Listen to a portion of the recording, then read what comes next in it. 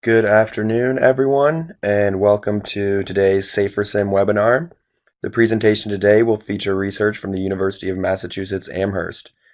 There's a chat box in your Adobe Connect window for questions and comments. We will have time at the end to address anything after the presentation. And with that, I would like to welcome our presenter today, Katerina Deliali from the University of Massachusetts-Amherst. Okay, yeah, thanks for the introduction and good afternoon, everyone. My name is Katerina Deliali and I will be presenting the research that we did here at UMass-Amherst regarding conflicts between bicyclists and right-turning vehicles. So overall in the US, the last year, there has been a great effort to increase bicycle mode share as it has been associated with environmental and health benefits. Along this effort comes the implementation of bicycle-specific infrastructure treatment to create safe and convenient bicycle routes and eventually networks. While bicycle mode share has significantly increased, especially in large urban areas, bicycle safety is still on the line. So we have a huge number of bicycle-related crashes that remain high in a stubborn way. If we see at the national level, bicycle fatalities correspond to more than 2% of all traffic fatalities, while at the same time, bicycle commuting trips account for less than 1%. And then if we go to check data coming from specific cities, we have the case of New York with a huge amount with a huge number of injuries that involve bicyclists, and a total of 25 fatalities in the year of 2017. So in the same city, due to the many accidents, the mayor made a commitment to implement approximately 20 miles of protected bike lanes on an annual basis. So protected bike lanes, protected bike lanes is a type of bike lanes that provide a physical separation between bicyclist and motorized traffic. We can have different types of designs that can be either a sort of elevation between the bike lane and the motorized traffic lanes, or we can have, as we can see on the lower right image, a buffer zone and some linear features that these stand as the barrier between the two road users. Or this separation can also happen with a lane of parking vehicles on the right of the most right traffic lane. So protected bike lanes, because they offer this level of separation, they are an attractive facilities across bicyclists of different levels and different ages. And even outside of New York, across the country, and also in a global level, we see that countries and cities and municipalities tend to implement those facilities. Specifically in the US, we expect that this effort will be continued further because there has been documentation of the design procedure on how to work with these facilities. One potential concern regarding protected bike lane is that while motorists drive separated from bicyclists, they might stop expecting to interact with them. In the case of separation through parking lanes specifically, drivers might not even be able to detect the drivers that are riding along the street. Therefore, they might not be aware that that bicyclists exist over there, and therefore adjust their behavior on them. So on the segment level, there is no concern regarding the safety of the bicyclist. However, both users merge back on the intersection, and this case is problematic when they are both about to utilize the space of the intersection and make maneuvers. So one potential type of conflict that is very common in this case is drivers that are about to make a right turn encounter with bicyclists that they are about to cross the intersection. And this type of interaction is known as right hook crashes. On the right, I have a picture from an intersection in Davis, California, where this type of crash is very common, and also this intersection specifically aggregates the highest number of crashes in the city of Davis, and all of them are between bicyclists. They involve bicyclists and drivers, and they are all right hook crashes. So the problem here is the placement of the driver and the bicyclist when they are both about to cross the intersection. The driver that is getting ready to make a right turn has the bicyclist on the right on a point that it's not directly visible, and therefore it is not easily to be detected and then stop their movement, so we have those crashes. A design that has the potential to reduce this interaction is the so-called protected intersection or DETS intersection, and it has the name because it was initially implemented in the Netherlands. So what this intersection does is that with the introduction of certain design features, first of all, drivers get a better visibility of the bicyclist that they are about to cross the intersection. So the bicyclist who is ready to cross the intersection is in the front of the driver that is about to make a right turn, and also the bicyclists are protected from that refugee island that is right on the corner. So there is no way that they will interact. So we believe that this design has the potential to reduce the right hook crashes. Then going through the literature in order to see what has been done and how we should further proceed with understanding this concern.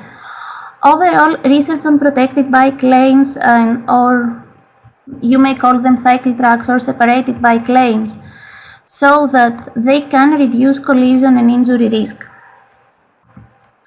Now, crashes are frequent at intersections after protected bike lanes, and therefore there has been the recommendation that effective intersection treatments are necessary for those cases. However, through the literature is not necessarily clarified what are these type of intersection treatments.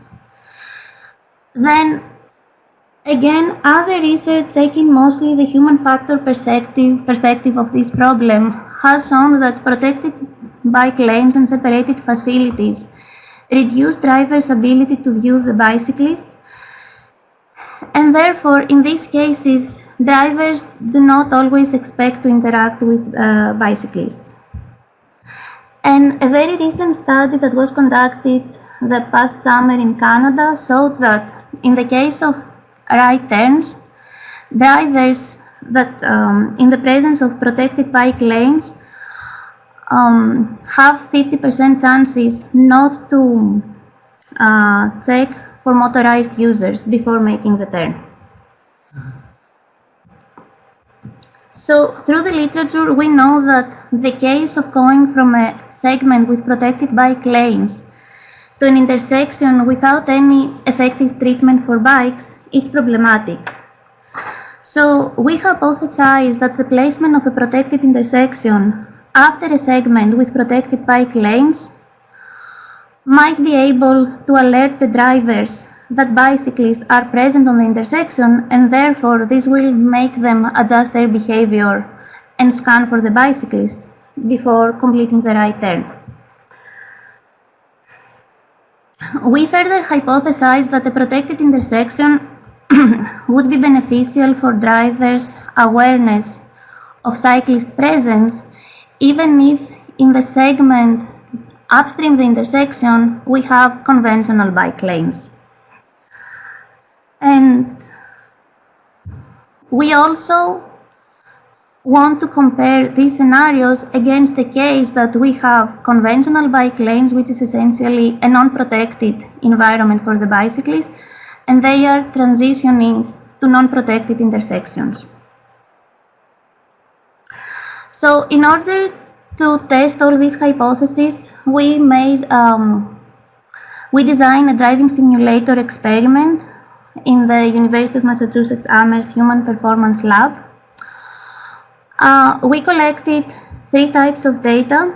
Specifically, we have speed data that was collected from the driving simulator, eye tracking data that was collected through the eye tracking device, which is a device that is mounted on participants' head and monitors their eye movement. And finally, we collected demographics data and cycling frequency for all the participants through questionnaires that were given to them before and after the study. Overall, utilizing a driving simulator technology for this type of research helps you to evaluate different scenarios, because for the case of protected intersections, for example, in the US there is a very limited number of implementation, so it's really hard to get data from them right now. But we were able to get this type of data through this experiment and also test different designs and compare them. So overall, we recruited 32 participants. They were split, 16 of them were male and 16 of them were female. The age distribution is 18 to 36, and we have 20 participants from 18 to 25 years old, and then 12 participants 26 to 36 years old. And regarding the cycling frequency, we found that participants in this area were bicycling on a weekly, monthly basis, or they were not biking at all. So this is an experiment that tests several bicycle infrastructure treatments, and specifically on the segment level we have protected intersections, protected bike lanes and non-protected bike lanes, and then on the intersection level we have protected or DATS intersection that incorporates the design features that were discussed before, such as the refugee island, the curb extension, and also we have colored bike lanes that cross the intersection. And we also have the non-protected intersection, which only has a simple marking bike lanes crossing the intersection.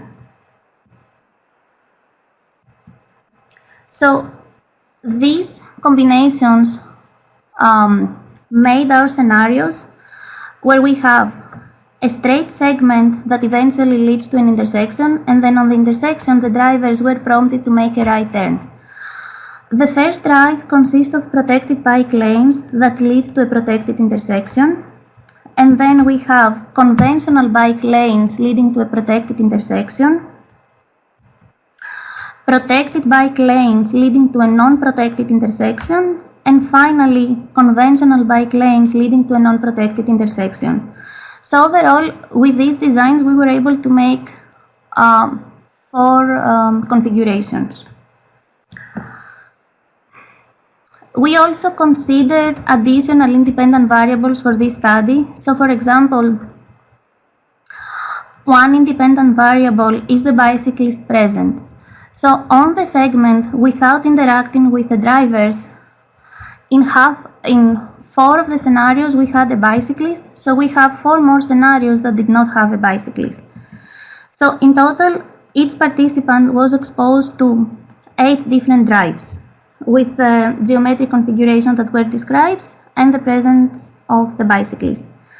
And finally, as independent variables, we also treated the demographic data we collected, which is the gender, the age of the participants, and the cycling frequency. Now, going on the dependent variables. Overall, we collected average speed data, which was treated as a continuous variable, and glances that were treated as binary.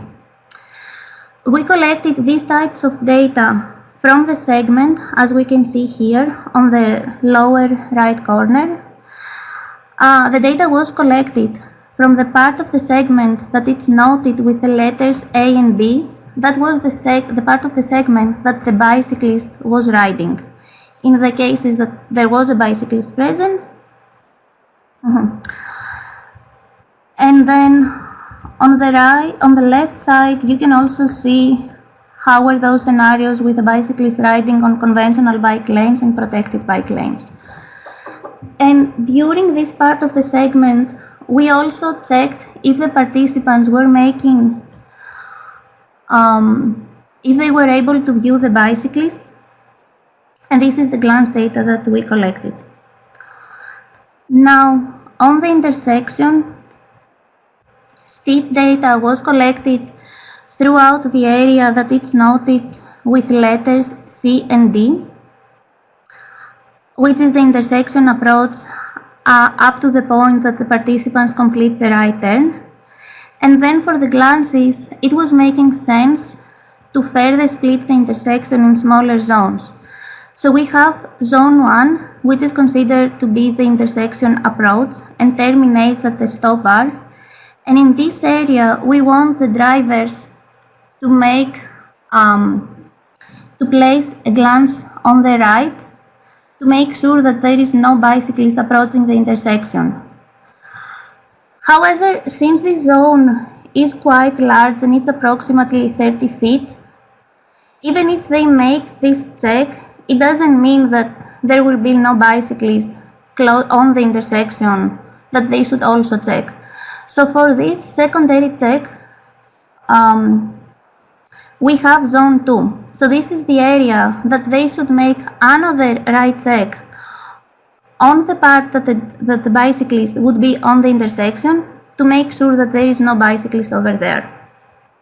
And this is zone 2.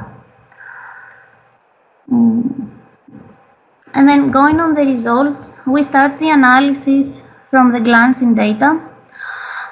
And here we see whether the participants placed a glance on the bicyclist while they were on the segment. And I should clarify here that this check was made only for the scenarios that the bicyclist was present.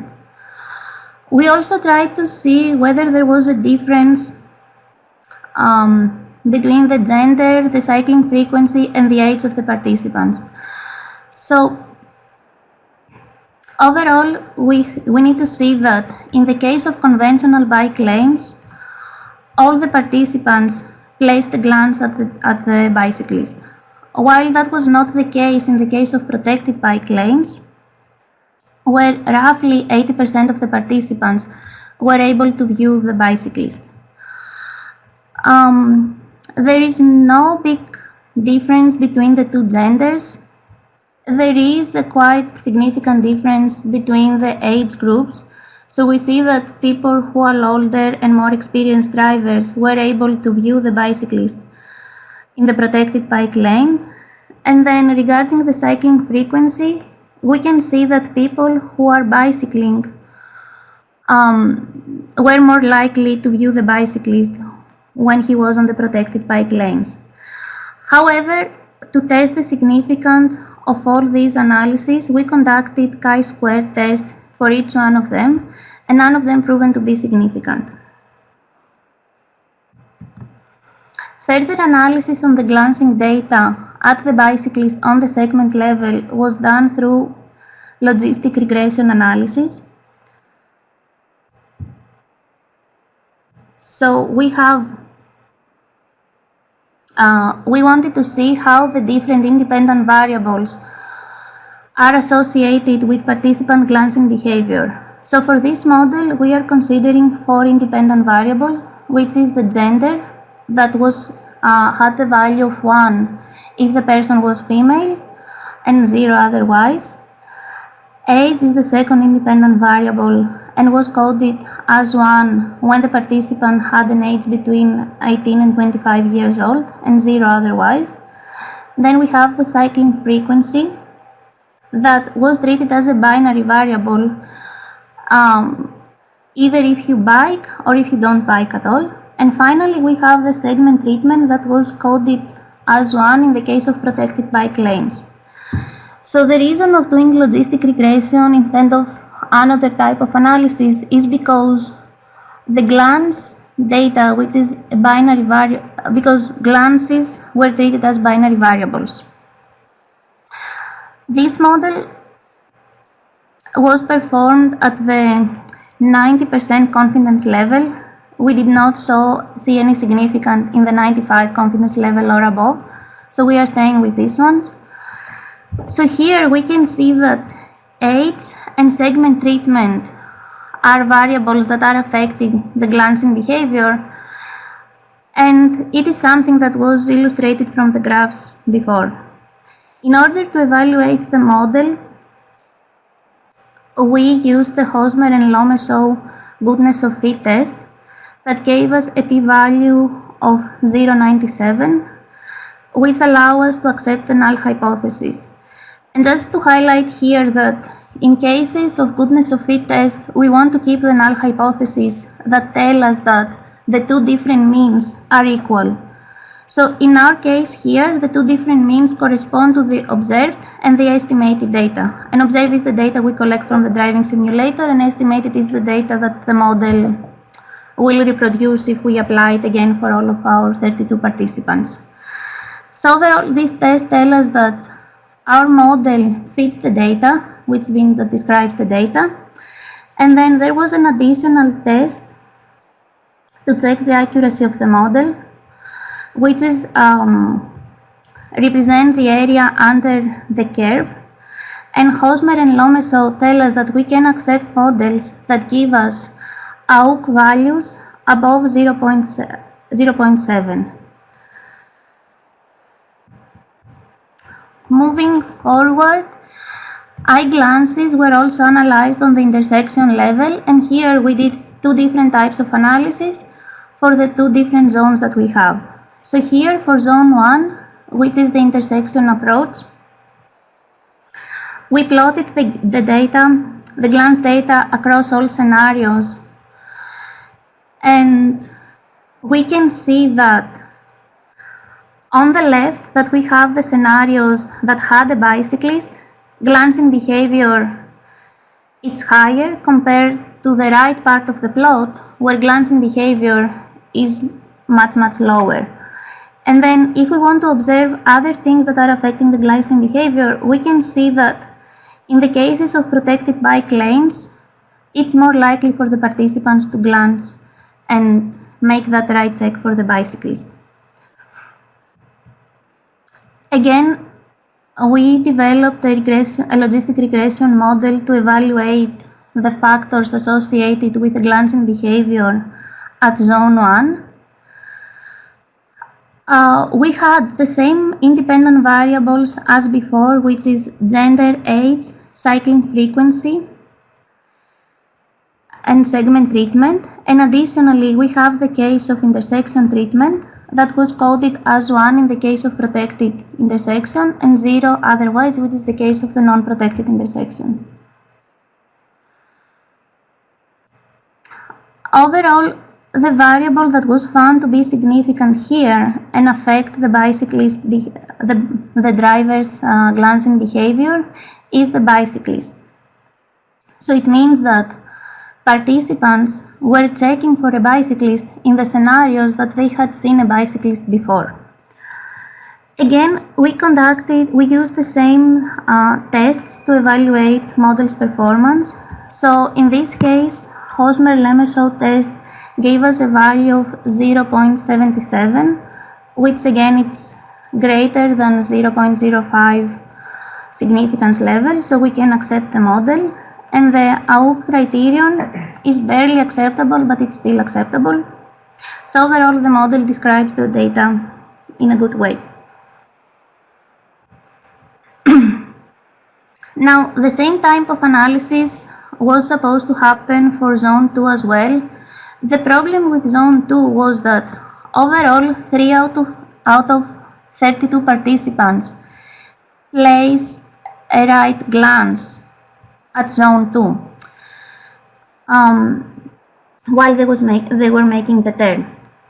And what we observed in these participants and then the scenarios that they did this is that scenarios that had a non-protected intersection and no bicyclist had no glances at all. And then scenarios with protected bike lanes that also had a bicyclist were the ones that aggregated those glances. So there was no significant analysis on this result because of the very few positive observations.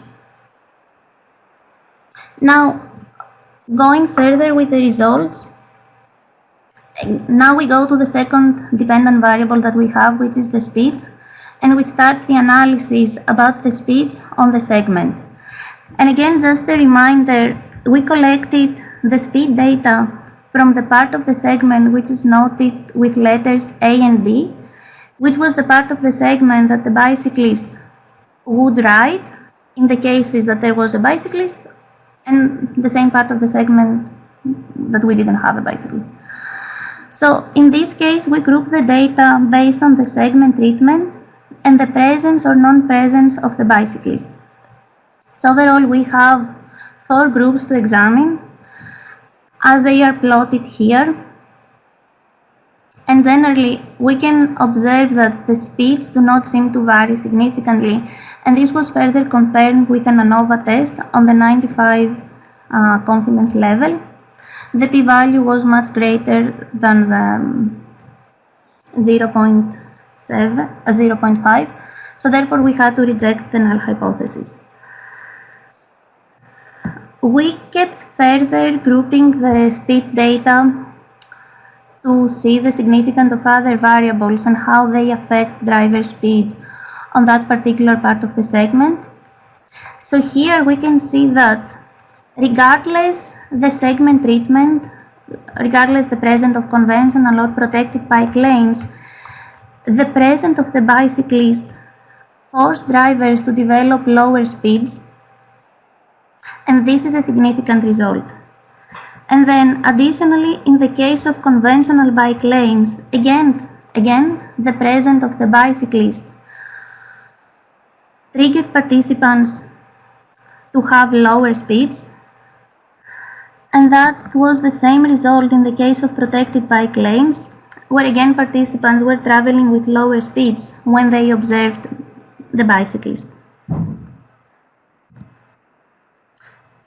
Then the same type of analysis regarding the average speed was conducted at the intersection level, and in this case we collected speed data from the part of the segment that are denoted with letters C and D. So it's the intersection approach until the point that the vehicle is completing the right turn. This data was analyzed across all different 8 scenarios to try to see whether the segment treatment, the intersection treatment, or the presence of the bicyclist affect the speed behavior.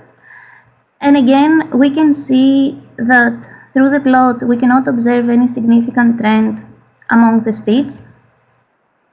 And through an ANOVA test, we also confirm that we can reject the null hypothesis.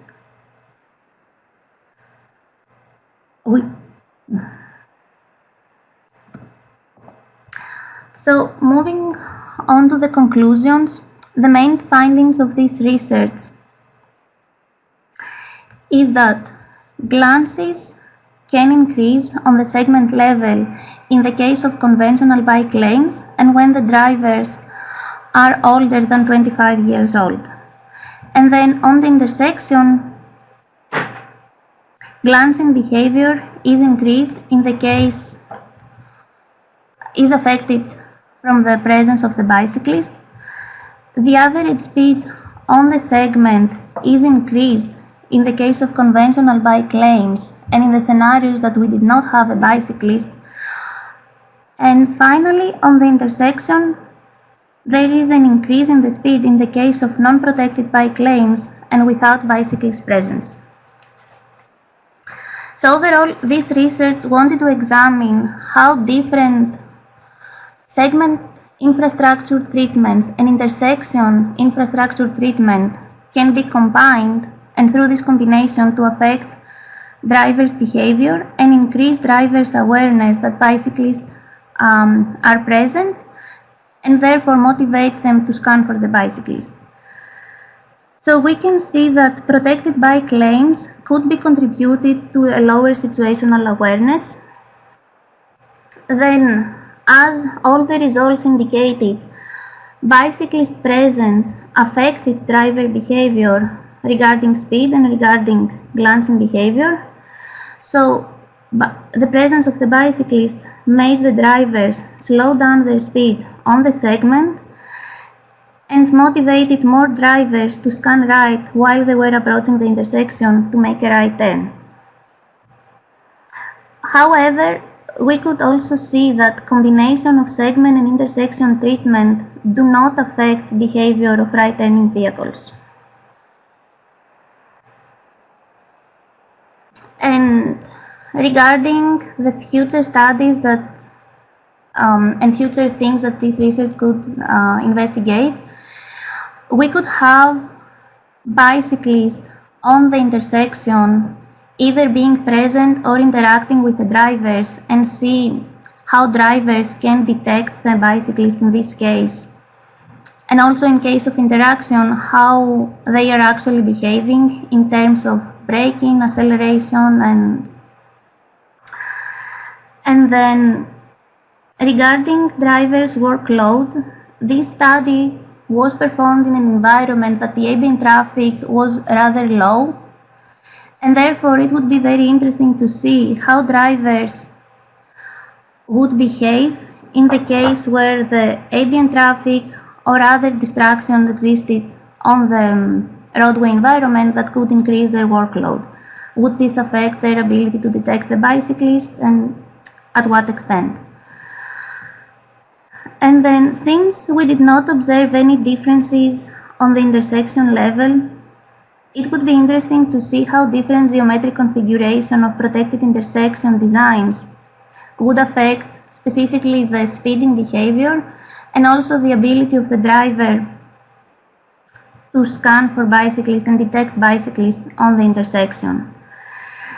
And lastly, regarding the population of this study, the same study would be nice to be applied to different types of population that first of all have different ages, because due to recruiting people around mainly from UMass-Amherst campus, the range of the age cannot be great. And also UMass is an area that this type of infrastructure are not present, and therefore drivers here are not familiar with infrastructure such as protected intersections. And with that, that was the end of the presentation, and I'll be happy to have any questions if you have. Thank you, Katerina. We do have the chat box at that bottom right corner, I so feel cannot free to see type any you. questions or comments. Katerina, here's the first question. Is this work published yet? Can you please say again how many participants you had? Yes, I had 32 participants. Do you need more information regarding the... No, it has not been published yet. We have the report from Safer Sim, though, that it should be available, right, Jacob? Yep, that you should be able to find that final report. It is on our website. So if you go to our website and on the research tab, you can look up the project name and you can find the final report there.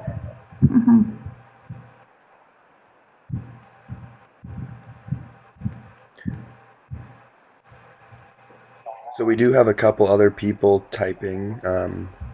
Oh, the question? So here, I might have missed it. Was the intersection signalized? If yes, what was the signal phase when driver approaches the intersection? I felt this might have played a role in driver's behavior. Okay, yes. So the intersection was a signalized one, and while the drivers were approaching the intersection and making the right turn, they were on green, so they had full priority.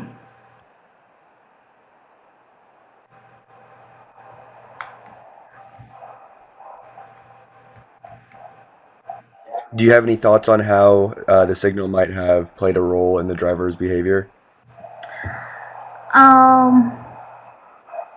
So overall, they did have priority and the right of the way, and they were not obligated to scan, for example, but this doesn't mean that you should not scan. So basically, Eleni Christopha here. So we ensured that at any point that the driver was approaching the intersection, they were seeing a green light even from upstream. So there was a traffic light there, but it was always green. And we did that in order to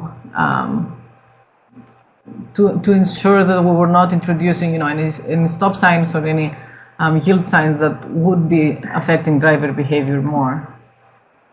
Because essentially, if you are forced to stop or if you encounter a red line while approaching the intersection, you will have to stop. And then eventually you might start scanning around the intersection. But when you have the right of the way, you continue moving. But this doesn't mean that a pedestrian or a bicyclist will not try to cross the street at this moment. Thank you. I think we have one more question here. Were drivers instructed to drive a certain speed, or was it totally up to them? Yes, I didn't mention that. Yeah, there was a speed limit of 35 miles per hour.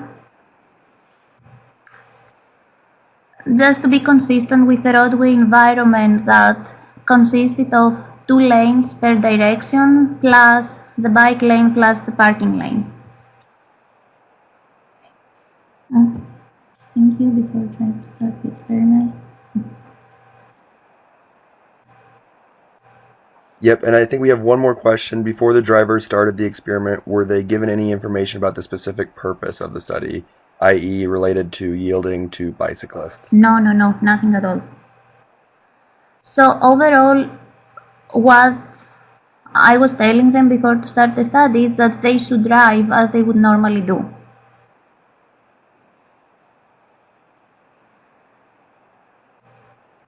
Perfect. Well, I think that is all the questions we have and all the time we have for today as well. So thank you, Katerina, for the presentation. We will have this recording up online by the end of the week. And I would like to put a pitch in for our Safer Sim Simulation Bootcamp. That will be beginning next week, and we will have presentations every Tuesday in April. So you can go to our website or check your email for information about that. Thank you, everyone.